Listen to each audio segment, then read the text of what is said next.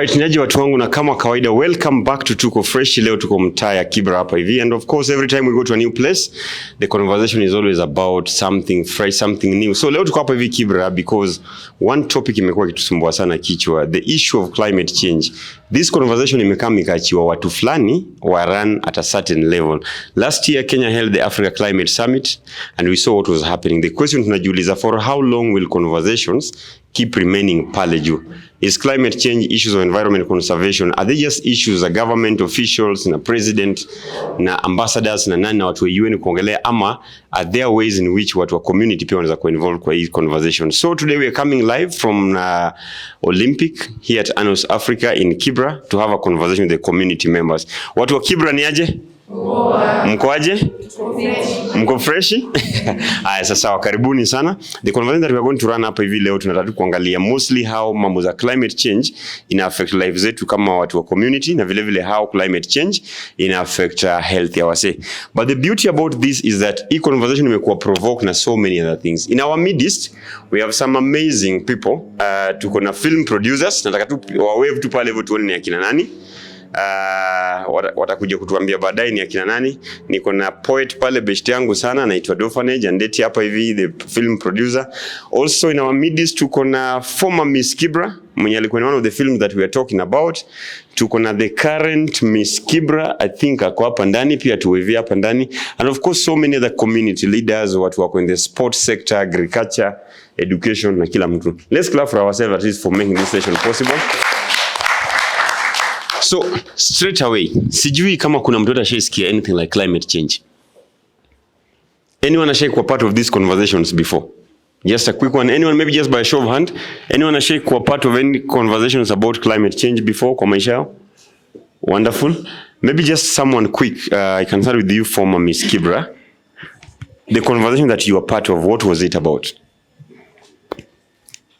Thank you very much. My name is Mariam, once again. So we're talking about the issues of environment, how climate change has really affected the environment that we're living in.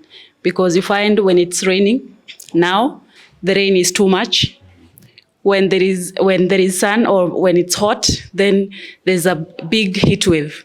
So these are all issues of climate change, and it's really affecting us as people in the slum areas. Mm-hmm. Yeah. Asante sana, situmpigie makofi. Yeah, because we are at a point in our lives as citizens, kukinyesha ni shida, isiponyesha ni shida, si ndio? So tunataka nini? Ama turudi lenza shule, kunyeshe kusinyeshe shule ni lazima, si ndio? But anyway, so let me hear from any gentleman hapa hivi. Any gentleman ashasikia ama participate kwa issue of climate change? Anyone? Yes, my name is Logoa Lokwe. And I have once participated in the climate change talk. And we all know that climate change, it can occur naturally or by human activities. But of late, it is based on human activities that is spearheading more so climate change and weather patterns changing, like rain. We have a lot of sun, heat waves and all that. And this brings a lot of depression and stress to local farmers that we have in Kenya, hence affecting food production. And here in slums, the price of food is going up because of climate change. And we are seeing that as a big problem rather. And we all know that if we have no food, we might all die and go extinct, right? And it is now our responsibility to make sure that we bring this talk. We talk about it and we bring insights so that everyone can know what to do. Yes. And that's a very good way to start us off, because time kama hii pia ametaja mambo za food, alitaja hapa hivi mambo za floods. So kuna mambo ya food, kuna mambo ya floods, na pia kuna mambo za diseases, si ndio? Are there times in the community mnaanza kunotice ni kama kuna diseases zinakuwa tu ni too much in the community? Anyone maybe angetaka kusema maybe some of these diseases zenye huwa zinatu strike tu mara moja, unasikia tu hii mtaa yote mara moja wako hivi, ama plot fulani yote iko tu hivi? Maybe any as a result of some of the things happening in the community? Hello guys. I greet you again. My name is Michael. I represent Motivated Mindsets in Africa. Issues brought about by climate are like cholera. We have stagnation of water points due to drainage. Kuna shida kwa ma drainage zetu. After rains tumekuwa tukirealize even the new expressway imekuwa ikiflood like a pool, right? Because there was not proper drainage system when it was being constructed or made, sindio? So issues like this tunapata tunakuwa na stagnation of water. Issues of malaria zinaanza kuarise. We all know that malaria, the mosquitoes dwell and breed in stagnated areas, right? So issues like malaria come up, cholera are brought about, stagnation of water. We have diarrheaing with our children, you know. Maybe now I'll come back to you because kuna one of the films that you watch and actually has led us to this conversation, sindio? What are some of the issues that time mko mnafanya hii film liona nyewe? These are a result of activities and environment na climate change. Okay, some of the things that we saw, for example, you see when it's raining too much, then the drainages break. There's no proper infrastructure in Kibera. So there is no way the water is passing. Wherever the water is supposed to be passing, for example, at the river banks, people have constructed houses.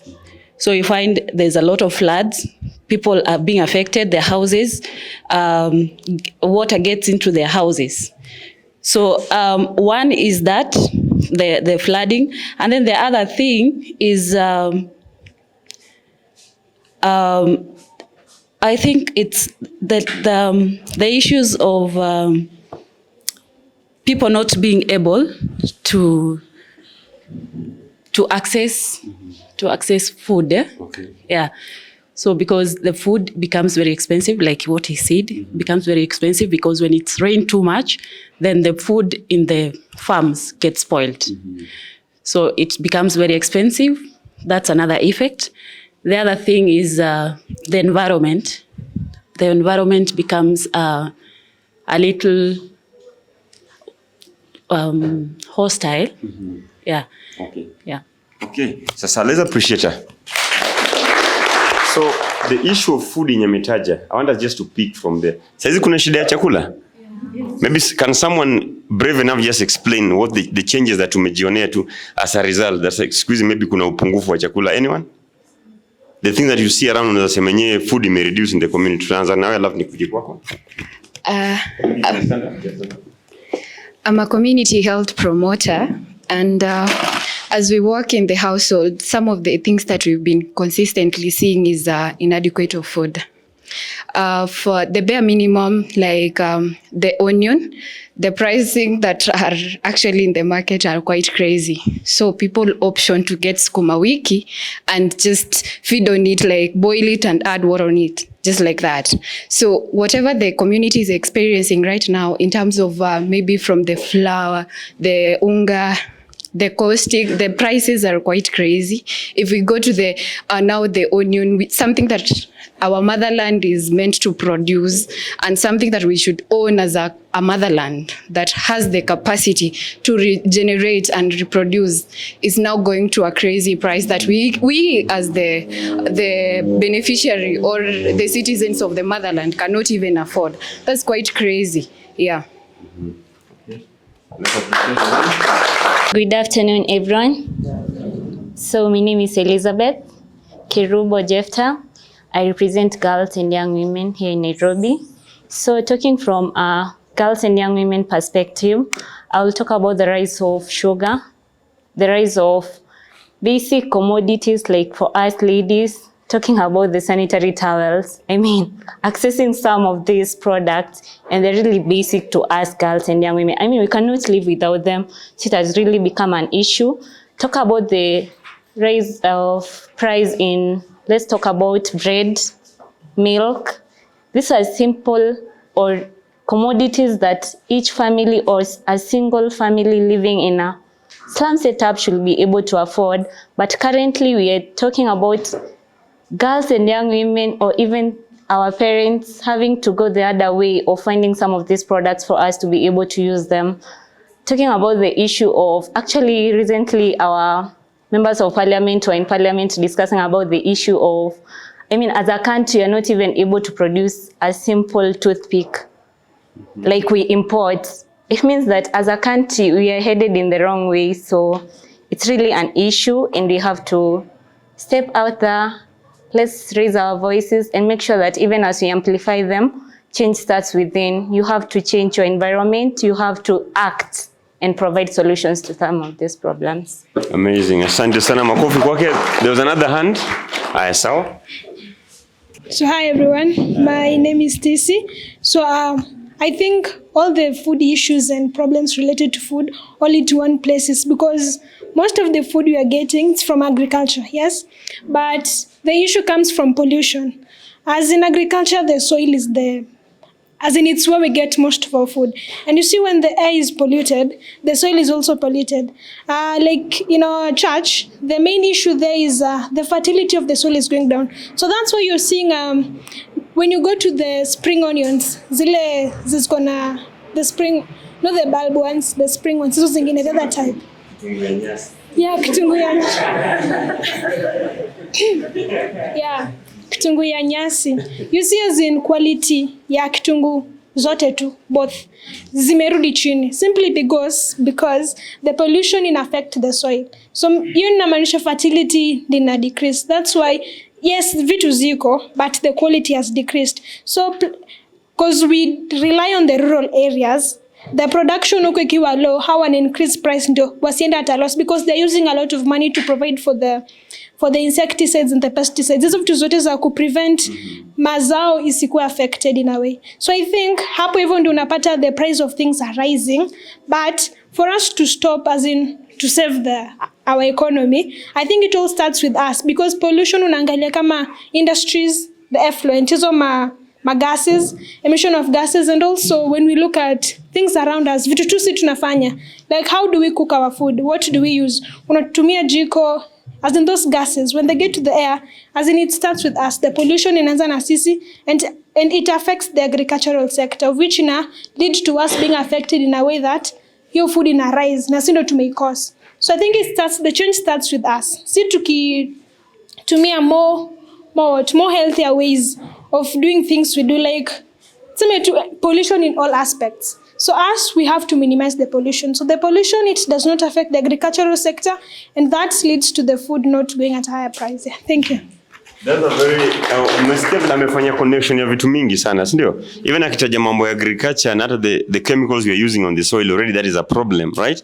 Maybe someone watching is wondering, itakuwaje tunaongelea mambo ya climate change na health na tunataja mambo ya food? How is that related? Is food related to our health? Yeah. How is that related? Maybe to someone I explain to in a very easy way. Ndio watu wasione ni kama tumetoka out of the topic. Anyone? Yeah, okay. Nguvu ya kiume ama nguvu gani? Basically we can't survive without food, right? Ama kuna mtu anaweza ishi for like, okay, we saw the Shakahola thing, those people were dead, right? So it means we can't survive with food. We live for food. Am I right? Yeah. We eat to live and we live to live. Exactly. So basically we just rotate around there. Without this, without water, without food, then we are not humans. So we live to eat and we eat to live. Yes. Okay, sawa. Naona bado there's another hand kando yako. In addition to that, actually, recently we have had a lot of cases of chronic illness, especially the cancerous effect. That's something that is coming from the foods that we eat. So whatever that we take inside, the garbage that we take inside is actually trying to it comes out. And when it comes out out of our own bodies, because that's what we take inside. So you can't take garbage inside and expect something good outside. Yeah. Na pia ukiangalia most schools, okay, let's appreciate them. Mimi, kwa hii conversation, sometimes the people that naonea huruma sana ni watoto na wamama, because unajua sasa wao ndio research na indicate they are the most affected. Because at the countryside, the wale wenye wanafanya kazi ya kuleta chakula kwa nyumba most of the time ni hao mama tunaongelea, si ndio? So here now the issue that again we also need to be alive to ni watoto wasipokula, what happens? malnutrition, sindio? So because climate may change and because chakula iproduciwa na produciwa kitambo, sasa watu wapati chakula walikuwa wanapata kitambo, sindio? Kitambo at least hata kama mtoto anaenda shule asubuhi, mama angeka kama ni mandazi moja, ngwashe moja, ndizi moja pale, machungwa. Nowadays, what do you pack for kids when they're going to school? Watoto wamekuwa tuna hebu tusikie watoto wanakula noodles na indomie na nini, surely hebu tusikie this experience. What do you pack for kids nowadays? Squeeze. Jina langu ni Dani. Oh. Mimi naitwa Dani. Squeeze watoto kenda shule si wapakia indomie, ni uongo. Chakula ya haraka haraka. Hatutaki vitu za kuchemusha na chips na ringos kuisha. Au sio? Nani anajua ringos? Unajua ringos? Okay, so you want to say something?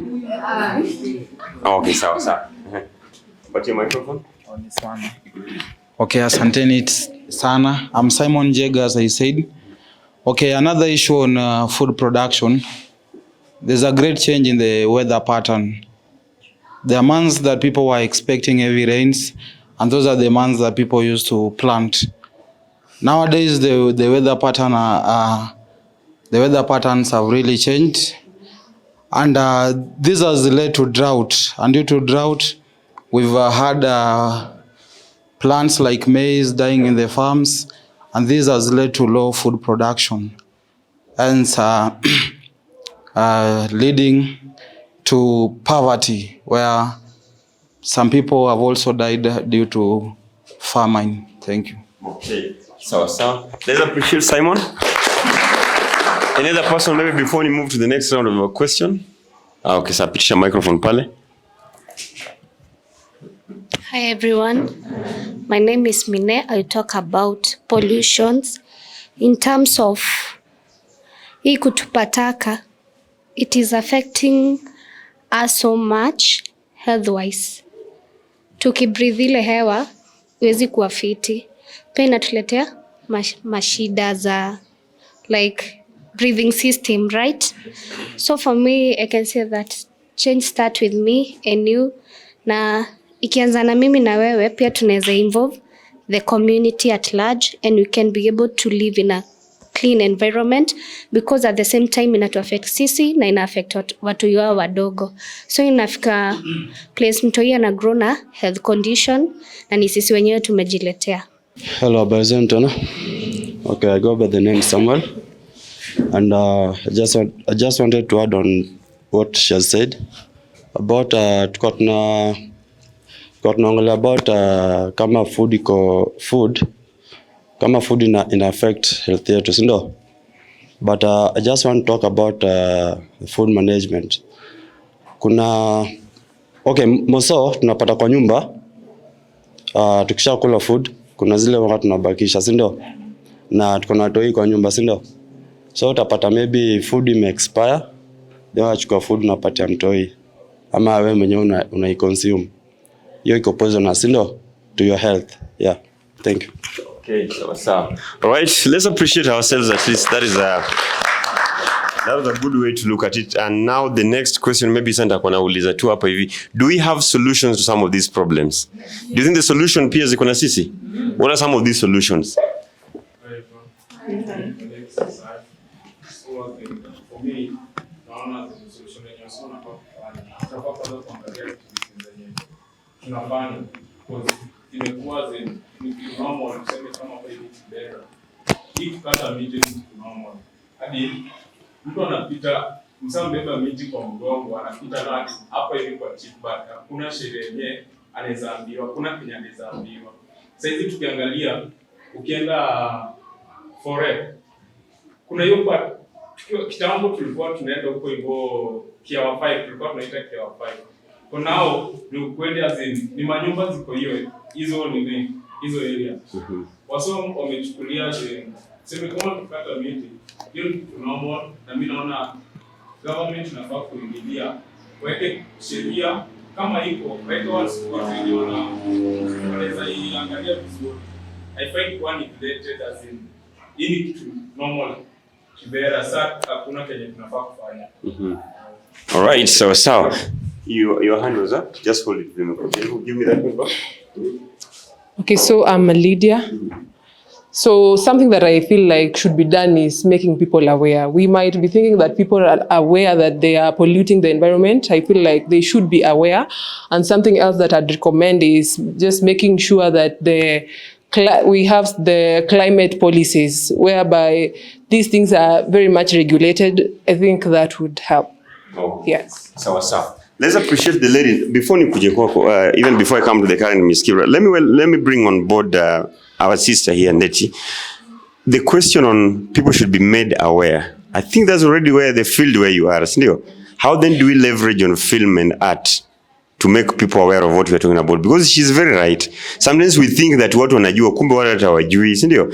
We are telling farmers we want you to produce food more and more for the community. Sasa unataka afanye nini? Si yeye anajua ni kununua fertilizer, rusha kwa mchanga, weka kwa mchanga, kumbe wajui pia bado wanaharibu environment. How then do we leverage on what you are doing to promote awareness?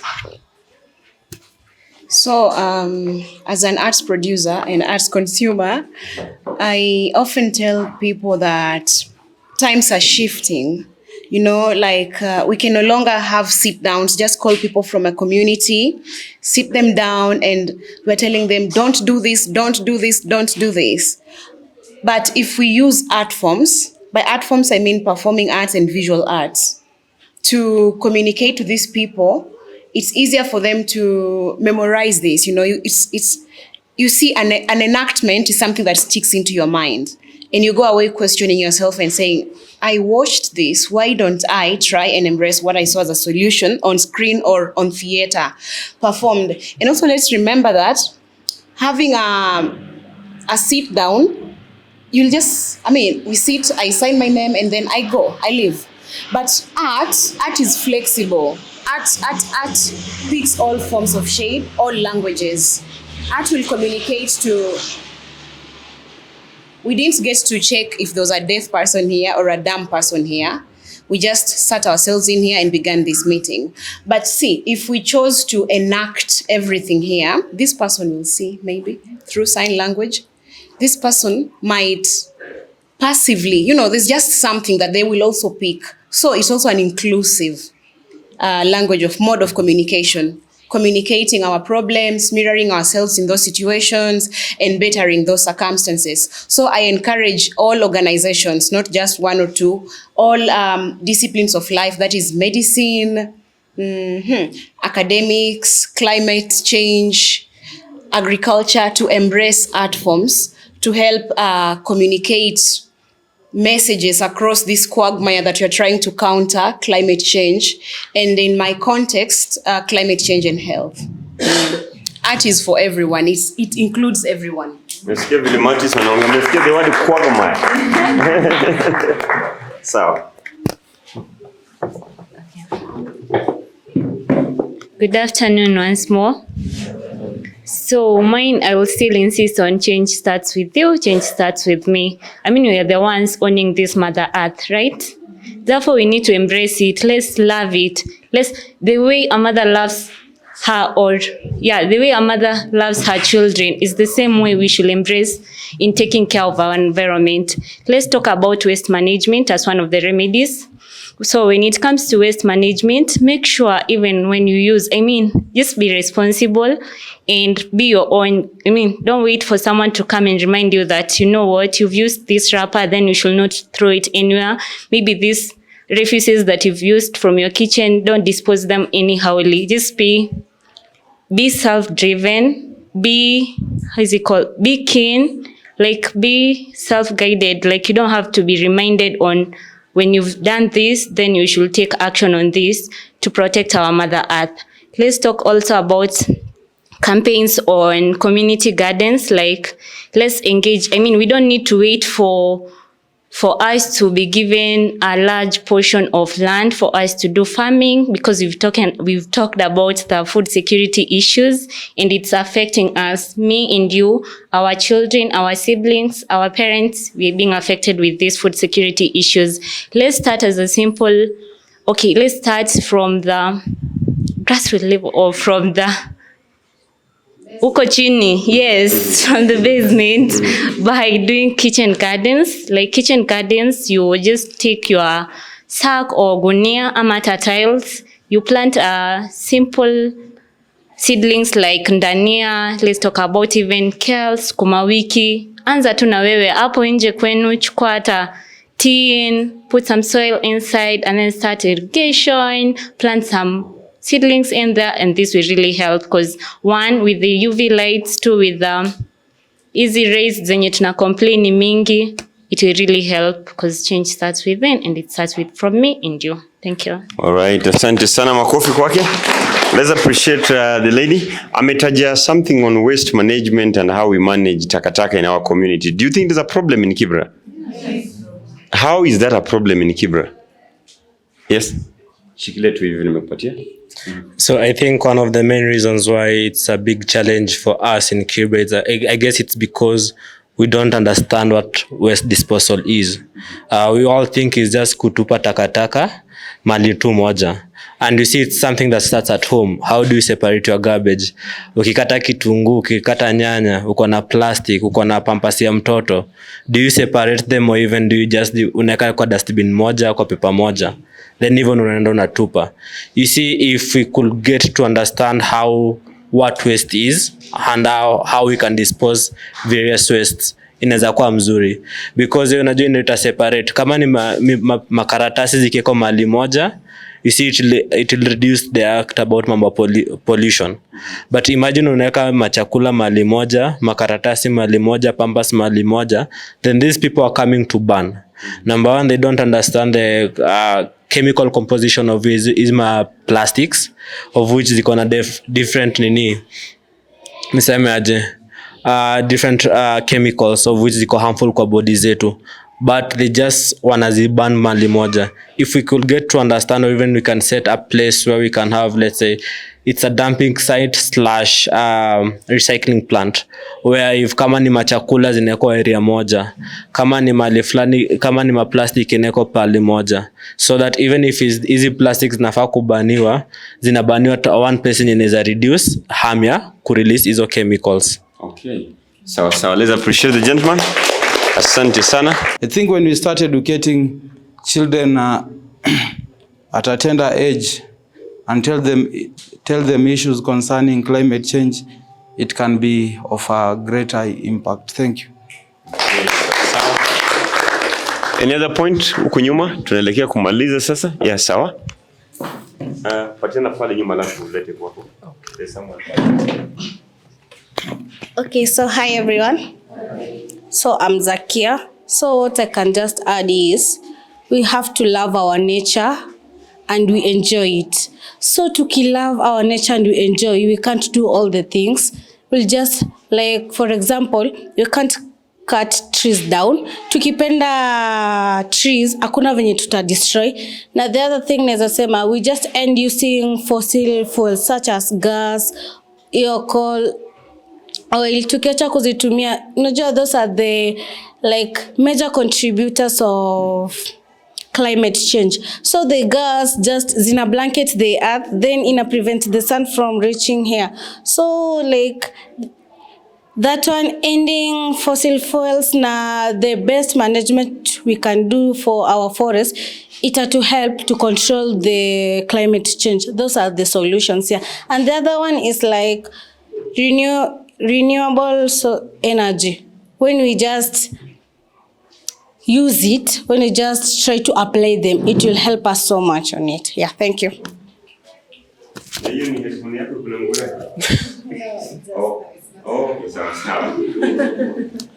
Okay, something else is that, okay, I'm really passionate in adolescent empowerment. And the reason as to why I'm really passionate about adolescent empowerment is that adolescence is that stage where you're somehow confused. You know, when you're a kid, your mom always have your back. When you are old, at least you've learned something during in life, but when you're in adolescent, you're really confused. So something that I'd really want, I'm a wish, is that maybe adolescents should really be put into this conversation, because hawajui. You know, when things like climate change, the repercussions, they affect them more. You don't know, I don't know if we've had conversations with our adolescents on how these things might affect them. Mtoto mdogo mama yake atakimbia na yeye. Maybe it's a big family, but when you're in your adolescent stage, maybe mama yako ana imagine like huyo anaweza jishughulikia, but kuna vitu zenye zinampata in the way. But this our age, at least ni wakubwa kiasi, unaweza jua kwenye unaweza enda, but the adolescents, I believe it really affects them big deal. Yeah. Asante sana. Let's appreciate ourselves. Sisi wote vizuri sasa. This is a conversation. Remember, we're also running it online. #Tuko Freshy and also Africa Unmuted, because we are talking about the film that have been produced by some of us when you're hapa hivi ndani. These films were shot in Kibera. The stories are about Kibera, sindio? So we've seen just different how vile watu wanaishi, effects of some of these changes to our own health. And that hapa hivi ameshare na sisi even the whole journey. We have some of the people who act hapa hivi ndani, but now we have a poet in our midst, because these people do something so different. Na kuna one of the films kwa tunawatch ilikuwa inaitwa yenye alikuwa amefanya hiyo voice over. Yeah? Alikuwa anaongelea something about future, sindio? So just that ability, bro, sijui kama pia unaweza tupatia tu challenge kidogo. Do you think sometimes just imagining how better we can be can make us even start implementing some of the solutions up hivi? I saw from that video the imagination that we can have a green environment once more, we can have proper water stations, we can have decent toilets. What do you think about that? Maybe utakuja tuna usimamia hapa sasa utuambie. Hello, my name is Dofanage. I'm a performing poet. I think the one thing about art is that that makes it powerful is that it humanizes conversations. When I stand in front of you as an artist, I might be an expert. I'm not being an expert. As an artist, I'm just there to humanize that conversation. I'm not there to tell you like the nitty-gritties of statistics, Mali's, carbon emissions. I'm there to paint the picture to you in a way, in a make sense from a human point of view, right? And that's the power of art. Because that way it means hakuna hizo limitations za intellectual abilities ama intellectual qualifications. At that point, it's when that story, when you listen to that piece, when you watch that video, you can see yourself there. Because that's an environment you are aware about. Those are images that are very familiar to you. Unaona? Alafu, but at the same time, I think kuna kitu moja yenye lazima hatuwezi overlook, and I think I'll throw in 3 words: responsibility, benefits, na kuna alternatives. Sindio? So, and I think the problem we've had is that we love to enjoy benefits a lot, minus the responsibilities. All right? And in that way, unakuta sisi wenyewe as people, and not just even the people we choose to represent us, it's like, because if you cannot enjoy the benefits of a high salary, for example, like in the case of our politicians, without the benefits or without the responsibilities that requires to be paid that much, right? It's like if you say you're a representative of young girls, right? It's like, what is your responsibility to those, not just to yourself, like, I don't know if there's per diems or allowances that come with your position, but outside of those allowances, what is your responsibilities to those girls you represent, right? And then the other question is, do those girls understand your responsibility to them? Because that's their responsibility as well, right? But now, for us who are aware, we're the ones who are supposed to make them aware. But most of the times we don't want to do that because we don't want to be held to account, right? Hautaki kukua held to account, so hautaki watu wajue the information. So unakutaga, we do it the way the media does it, where I'm giving you all the information. Okay, I'm telling you the truth, but not all the truth, right? I'm telling you ile ukweli yenye inatosheleza, enough ya wewe kutosheka, but si enough ya wewe kuuliza maswali zenye zinahitaji kuulizwa. Unaona? Na hiyo ndo Because for example, you're telling me tuseme nimekunywa soda ama nimekunywa maji. Nisitupe hiyo kibuyu, right? Kanairo, there's entire streets in the city. Entire streets in the city that you're going to walk, you won't see one single dustbin. Right? So, where do you expect me to throw that? And now, and the other question comes in, whose responsibility is it to have a dustbin in the city, right? Because we have to be realistic, we have to be practical about some of the things. We can romanticize it, we can say all the things that you want people to say. We can say like, kunywa maji yenye imechemshwa kunywa maji, but hiyo maji iko to start with, right? Whose responsibility is it that people wakuwe na maji kwa nyumba? Unaona? And the moment we start asking those questions, then we start asking, so what is really like the procedure, right? And who's responsible? Because there's entire chains and systems put in place to take responsibility of some of these things, right? Because there's a room out there, maji ya Kibera ilikuwa na maji. Ukweli ama uongo? Piped water. There's room out there that, you know, somebody who ended up being an MP and even a governor, right? How they made their money is that wakati kulikuwa na maji Kibera, walienda malio maji natoka kwa pipe, walikuwa wanatuma goons, wanaenda wanablokio maji, alafu wanaekeo maji kwa lori wanaileta kwa mtaa, right? I don't know how substantial those rumors are, but there's a room out there and that's how that person made their money, right?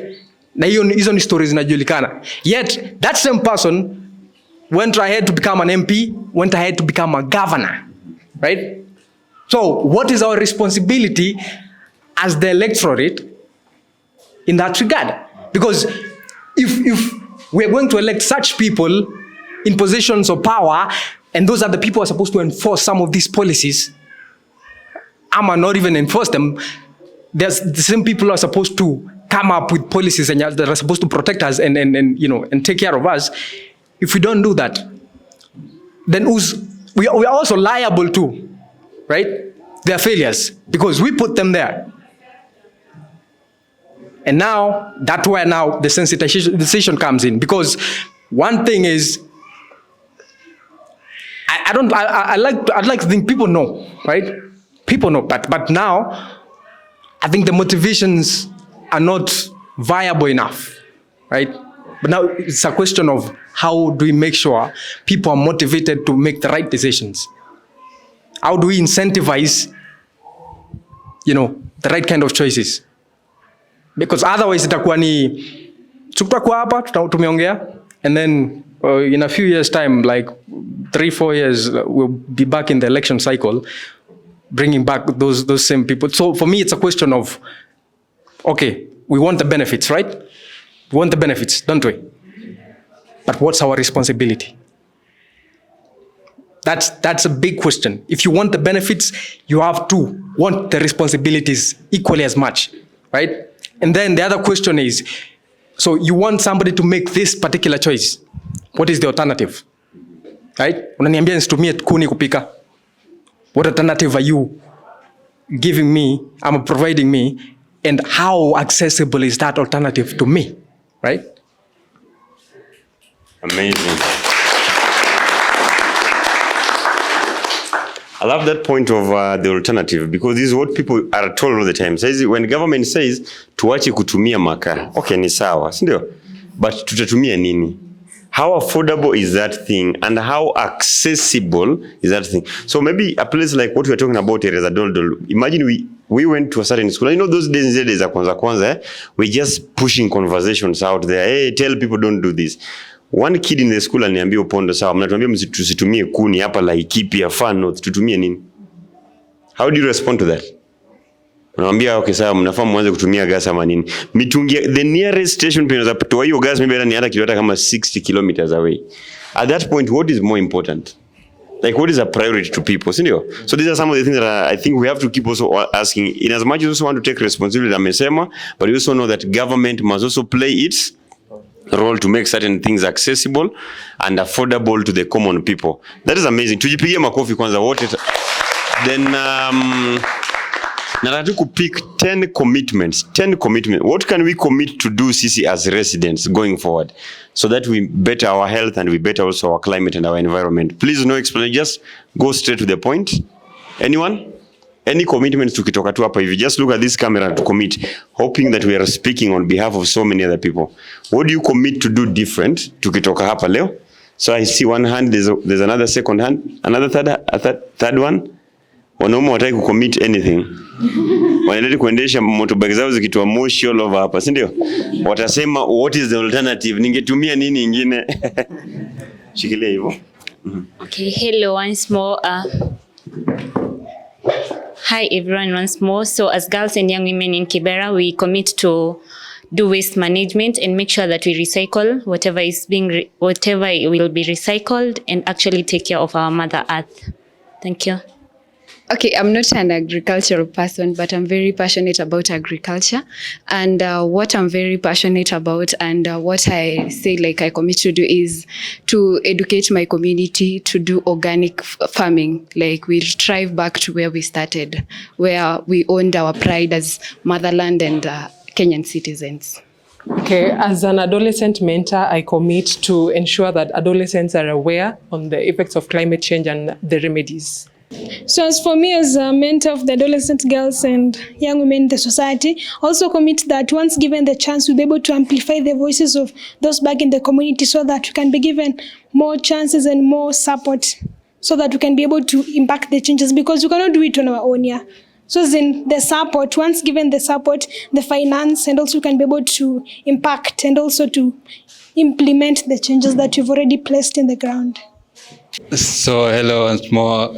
At a Sport for Change facilitator, we commit to collect garbages because takataka ni pesa na pesa ndo kenye tunahitaji kujiendeleza, na takataka kiona kitu yote yenye takataka, karatasi nini, jua la maziwa, hizo tutatumia kila siku daily basis, yote ni pesa. Na kama mwana mchezo ndatumia watoto wenye niko nao walete zile matakataka wako nazo nyumbani, tuyasanye tupate pesa ya kununua vitu za kutumia kwa uwanja. But anyway, sio ni sawa. I like that angle because one thing that also people keep on saying all the time, why should I start doing something that sio dalili ya pesa kwa Kenya? Takataka in Nairobi imekuwa, this garbage collection can even cause your death. Sijui kama mnajua kitu kama hiyo. Sasa ukianza project ya collect takataka hapa kuifikisha Dandora, kama hujui mtu hautaidispose. Sijui kama mnajua kitu kama hiyo. Because kitambo nadhani I can just be a good guy, ni collect takataka naenda kumoa. Kumbe huko pia ukifika it's just a business on its own. Any other parting shot from anyone, any other commitment? Sawa? So one of the things that I commit to do is actually taking responsibility, because I want to see change. I cannot expect other people to do it if I don't do it. So one thing is I'm going to start owning mambo ya climate change. By recycling anything that I get, if it's something that I can sell to get some cash back, because I know plastics zinakuanga bado unaweza know as much as mtu anaweza nicheka, but imagine even if it's a kilo of 30 shillings or 40 shillings, how many plastics do you have? Number 2, starting a kitchen garden. Naweza tumia hiyo chakula zingine zinabaki kama manure instead of ya kuzitupa. The other thing is I take a commitment of, instead ya kuona chupa kwa barabara, na the first thing it comes to my mind is how high I can kick it, is picking it up, throwing it somewhere else, because just a man inakuanga challenge yetu. Ukiona tu chupa pale, the first thing ni kuishoot. So I think it's a matter of picking it and at least disposing it somewhere safe. Thank you. Yes, so two things that I commit to do is first and foremost to raise awareness to my people who are in the rural area who are doing agriculture. First and foremost that we should protect our water catchment areas by planting trees, natural trees. And again, when doing agriculture, we should not dig or plow our farms up to the river banks, but instead we should give the allowance of 100 meters. Another thing is that we should, I will embrace organic farming, whereby I should not pollute the land by putting a lot of chemicals that its chemical decomposition is quite high than what is required by the plant. Another thing is that I commit to do is to ask the leaders who planted trees last year, I think in the month of November, to go and check if those trees are really there and to take that responsibility, because ni pesa nyingi sana ilitumika kwa kupanda hizo miti. I'm not surprised because they went down with the helicopters kupanda miti moja moja. Apart from that, there is this political leader aliulizwa a question na common mwananchi that you planted a tree hapo hivyo Jogoo Road. Have you ever gone there and checked that tree? And the response was, I'll come take you and niende niangalie next week. I've never seen that even appearing kwa headlines. So we should be more responsible when it comes to environment to make sure that we combat this climate change. Let us not spearhead climate change. Let it be natural. Let it occur naturally. And that should be the way. Some years back, there was a conversation about conservation of Mau Forest. So then we have a politician, and he's currently still a sitting member of parliament. And by this, shame on you, wherever you are. You know what he said? He went to the resident and akaanza kuwachocha. Ati nyinyi mkiona mvua inatokanga binguni ama inatoka kwa miti. Then wananchi wote wanajibu binguni. Ati basi. And you know these traditions, ndio. So we keep on destroying thinking. Na watu wanajibu tu hapo. Hi everyone. My name is Margaret. And speaking of the environment, we should also make awareness of nini kuweka hizo gutters, kwa sababu most pipes zenye zina nini kwa taps zetu zinatoka huko chini. Sasa maji kijaa, maji chafu inaenda maybe hizo kwa hizo pipes. And our kids pia wanakunywa, which ina bring hizo cholera and stuff. Yeah, so tunafaa kuweka gutters ndio at least maji sijaijai. Maji chafu. Yeah. Thank you very much. Once again, my name is Mariam, and I just want to combine a few things, starting from we are what we eat. So it's very important for us to actually have it intentional of choosing the right food that you want to take. And as a adolescent mentor and also a mentor for women, because the issues are affecting the women most, but again, the women we are more responsible in terms of environment and everything, environment pollution, because all the kitchen waste comes from our homes. And who disposes them? It's us. So for example, like you can say, if you have a big young man, you tell him, go and throw it away. But we need to take responsibility. So as a person, I will take, I commit to work with the women I have to raise their awareness so that they know the effect of what they are doing, especially the waste in the kitchen. And I'm very passionate about kitchen garden. I have one that is very successful.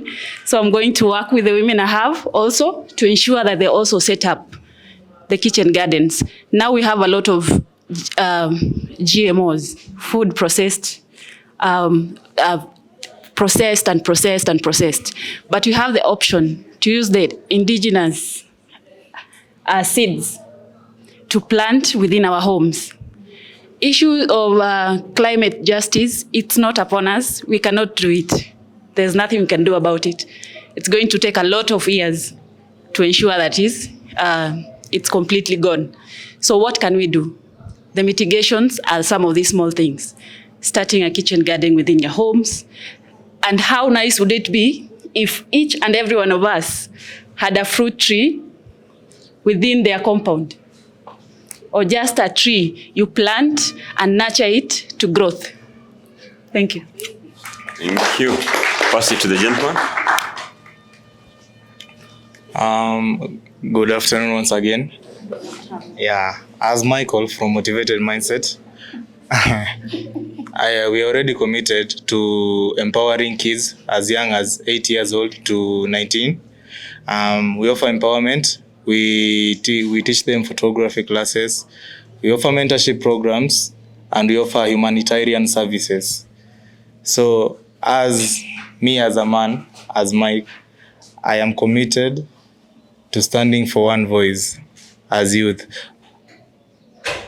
Youths don't have one voice. We advocate voices, but we don't have one voice.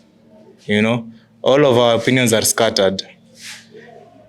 If I'll find a place where an opinion will match mine, I will. support the voice. Thank you. Asante sana. Before tumalize, there's a sister of ours hapa hivi, mimi nataka nimpatie challenge. Si wale walifanya hizi film na wakafanya the reason as to why tumeanza hii conversation, si ndio? Sasa mimi nataka tumsongeshe mbele kabisa. Tuko 2024. If you are to come back to Kibera in 2050 and do another film, ungetaka tuone nini kwa screen? Because at least ametupatia opportunity ya kwanza kufikiria maisha yetu na vile tunaona vitu as at now, right? So if you are to do another film in 2050, ungetaka tukikaa hivi sasa tuone nini kwa screen? 30 years, that's 3 decades. Ipo atakuwa high 35 probably. And now, when we were shooting, I'll just pick it from there. When we were shooting, it was quite raining. And I think when it's raining, it's even worse. Because all the banks are broken and every sewage is released.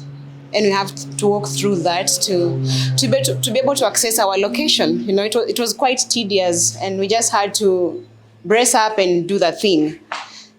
And now looking at it, I'm trying to see standpoint in reverse formula. Where I saw a broken bank, why wouldn't I see a beautiful green garden or just a riverbank with some wild plants?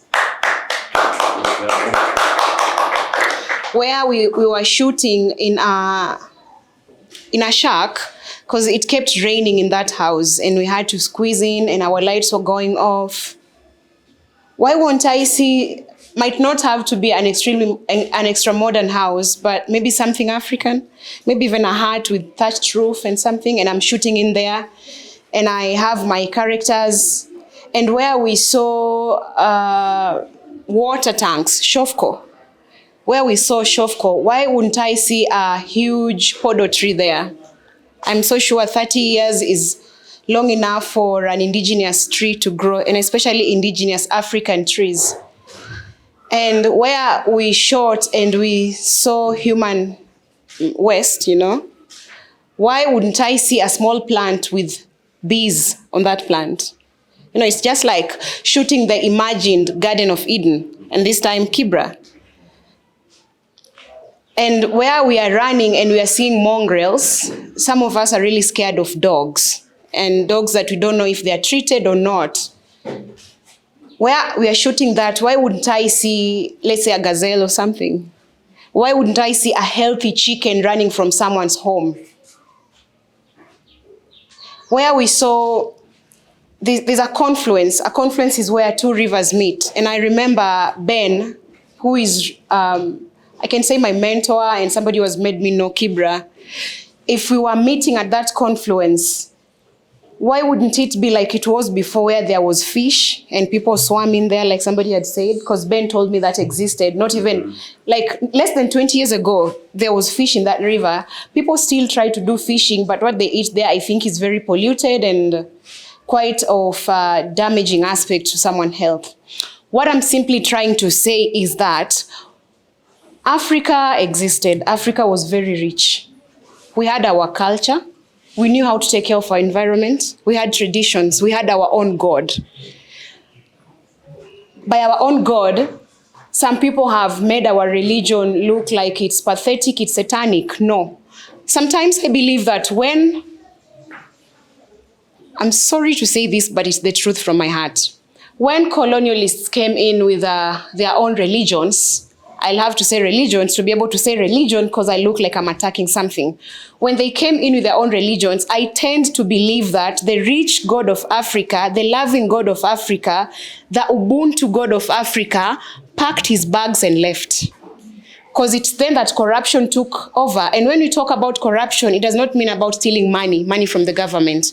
Corruption is you literally knowing I should not cut down this tree, but you go and cut it. Corruption is you knowing that I should not pour garbage into that river, but that's what you do. Si kweli?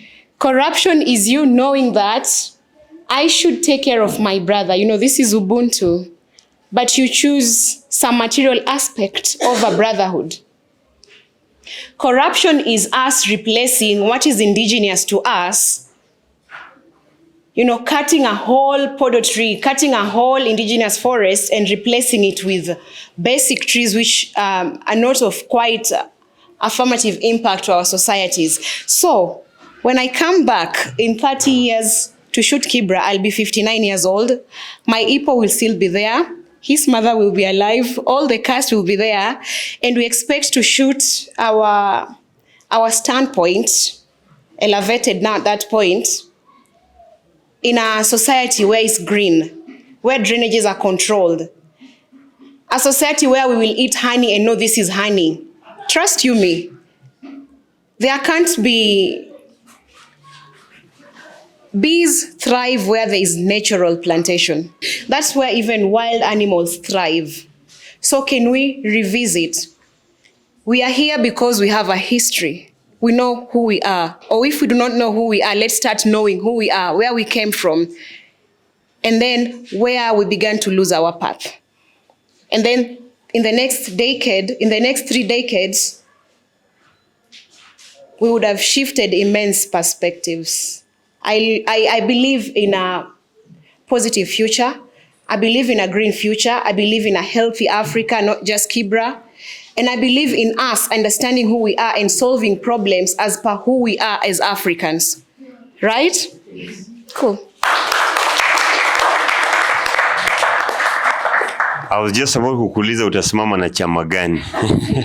No, that is so powerful. The ability just to take us forward, to honest. And the beauty is nowadays that we can keep information, and we pray 30 years later we can even come back na support na tuseme nataka kusaidia kushoot one film again.